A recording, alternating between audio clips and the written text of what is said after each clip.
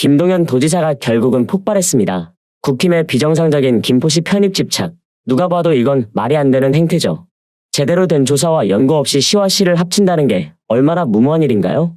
민주당이 던진 미끼를 물어도 아주 제대로 물어버렸는데 김동연 도지사가 결국 폭발했습니다. 그는 경기도지사입니다. 경기도지사인데 국힘의 당론이라는 이유 하나만으로 경기도와는 그 어떠한 논의도 없이 모든 게 추진되고 있습니다. 그래서 김동연 지사는 이걸 지방 죽이기, 대국민 사기극이라면서 비판하고 나섰습니다. 그럴 수밖에 없습니다. 김포시를 표로만 보는 발상에서 비롯된 일이고 나쁜 정치인들이라는 걸 이번 사례를 통해 또 한 번 증명한다고 볼 수 있습니다. 애초에 당장 지도만 봐도 말이 안 됩니다. 김포와 서울을 연결하면 세상에서 처음 보는 형태의 도시가 나타나거든요.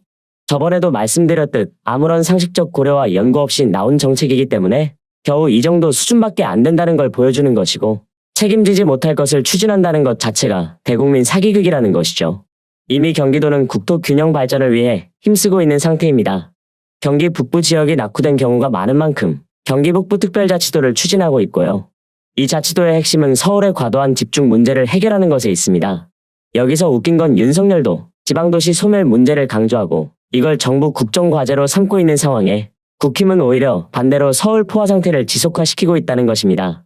국힘이 김포시 서울 편입을 당론으로 정하고 특위까지 구성한 당일에 윤석열은 대전에서 지방시대를 강조했습니다. 코미디 프로가 이래서 문을 닫나 봅니다. 현실이 극을 초월해버리는데 코미디 프로그램이 설 자리가 이래서 없는 것 아니겠습니까? 윤석열이 대통령 입장에서 해당 내용을 바로잡고 중심 설계를 다시 해줘야 하는데도 아무런 말이 없습니다. 이거야말로 대국민 사기극이라는 겁니다. 대통령의 공약과 관련된 정부 정책인데 여당 따로 대통령 따로 놀고 있다면 이건 결국 일을 하지 않겠다는 소리 아닌가요? 이런 걸 사기극이라고 하는 것이지 특별한 것만 사기라고 하는 게 아닙니다. 심지어 이제는 천공 배우설까지 돌고 있습니다. 윤석열과 여당의 끝이 어디인지 아직도 모르겠는데요. 서울 편입이 안 되면 교통난이 해결되지 않는 것도 아니고 체계적인 분석 끝에 나온 결론도 아닙니다. 진짜 아무 얘기하듯이 말을 던져놓고 문제가 생기면 책임은 본인들이 지지 않습니다. 김포 서울 편입이 천공머리에도 똑같이 있었다는 증거까지 나오고 있는 상황이라 이번에도 역시 말에서 끝날 가능성이 큽니다. 비전도 없는 말뿐인 정책 때문에 김포나 서울 시민들이 표를 왕창 줄 거라고 생각했다면 국민들을 얼마나 무식이 멍청이 취급을 한 거냐 이거죠. 이미 윤석열의 한계는 진작에 드러났습니다. 국민통합, 국정운영, 국민소통 이런 걸 바랄 수 있는 사람이 아닙니다. 당장 집권 여당부터도 질서가 안 잡히고 있는데 한 나라를 운영할 수 있길 바란다는 것 자체가 얼마나 큰 욕심인지 알면 알수록 보입니다. 한편 국힘은 혁신위원장이다 뭐다 해서 계속해서 뭔가를 하려고 합니다. 그런데 정작 내분만 키우고 있을 뿐 국민들이 원하거나 체감하는 변화는 전혀 없습니다. 최근엔 이뇨한 위원장이 당 지도부, 중진 의원, 친윤 의원들에게 내년 총선을 아예 출마하지 말거나 수도권 험지에 출마하라고 요구했습니다. 홍준표 시장도 이제야 호응하기 시작했죠? 장제원, 이철규를 비롯한 친윤 의원들, 김기현 지도부와 그 주변 인사들 모두 집에 가게 생겼다고 반응했습니다. 혁신위원장이 드디어 필요한 말을 하기 시작했다는 것이죠. 현재 국힘의 최대 과제는 윤석열 흔적 지우기라 볼 수 있습니다. 윤석열이 지금까지 저질러 놓은 일들을 당 차원에서 깨끗하게 지우고 반성하고 윤석열이 아니라 국민을 위한 일을 하겠다는 마음가짐을 국민들이 느끼게 하는 게 중요했다는 것입니다. 그중 가장 대표적인 것이 김기현을 비롯한 당 지도부 혁신과 질타, 반성, 친윤 의원들 물갈이 같은 것들이었습니다. 진짜 필요한 것들을 지금까지 안 해왔고 이제는 총선 불출마 요구와 같은 게 나오면서 드디어 필요한 혁신이 시작되는 건가 하는 기대를 가지게 한다는 것입니다. 물론 큰 기대는 안 하지만 김기현 지도부를 비롯한 친윤 의원들 불출마 이야기가 나왔다는 것 자체는 큰 변화라고 볼 수 있는 것이죠. 여기서 김기현은 이미 무능의 끝을 넘어섰습니다. 혁신위에서 권고한 것에 대해 이런 입장을 밝혔는데요. 혁신위에서 여러 가지 논의한 결과를 종합적으로 제안해오면 우리 당에서 정식적인 논의기구와 절차를 통해 종합적으로 검토하겠다.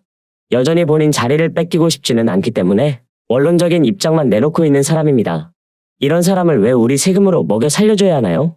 국힘은 지금 혁신하지 않으면 윤석열한테 충성한 걸 후회하게 될 것이고 결국은 국민들의 표가 중요하다는 걸 깨달을 것이고 깨달았을 때는 이미 너무 늦었다는 걸 인지할 것입니다. 이준석 전 대표는 이미 신당 창당 카운트다운에 돌입했다고 합니다. 윤석열의 실정에 따라 한심한 상황이 개선되지 않으면 행동하겠다는 날짜를 이미 정해놨다고 밝혔습니다. 윤석열이 바뀌길 바라는 것보다 차라리 우리나라가 통일되는 게 더 빠를 겁니다. 국민 지지가 필요한데도 지지를 해달라고 읍소하지 못하는 사람이 무슨 대통령을 하나요? 김기현도 마찬가지로 여전히 뜬구름 잡는 소리만 하고 있습니다. 정치 혁신안이라고 하면서 의석수를 30석 줄이자고 하고 정작 구체적인 계획이나 기대 효과 같은 건 언급이 전혀 없습니다. 현재 국회에서 진짜 해야 할 일들에 대한 논점 흐리기밖에 안 되는 것이죠. 지나간 이야기를 재탕하면서 황제 국회의원, 귀족 국회의원을 만들자는 소리인데 국민들이 이런 말에 설득당할 거라고 생각한다는 것 자체가 얼마나 오만하고 바보 같은 것인지 모르겠습니다. 국회가 올바르게 작동해야 무정부 상태를 막을 수 있는데 김기현은 그런 논점조차 잡지 못하고 있는 것입니다. 김포와 서울 시민들은 김기현에게 속으면 안 됩니다. 공매도의 한시적 전면 금지 조치가 곧 발표될 것으로 알려졌는데요. 전면 금지는 부작용이 클 수 있기 때문에 신중한 입장이지만 여권은 금융당국을 강하게 압박하고 있습니다. 김포 편입처럼 앞뒤가 안 맞는 상황이라는 것이죠. 국회 예산결산특별위원회 전체회의에 참석한 송원석 국민의힘 의원이 같은 당 장동혁 의원에게 김포 다음에는 공매도에 포커싱하려고 한다고 메시지를 보내는 모습이 언론에 포착됐습니다.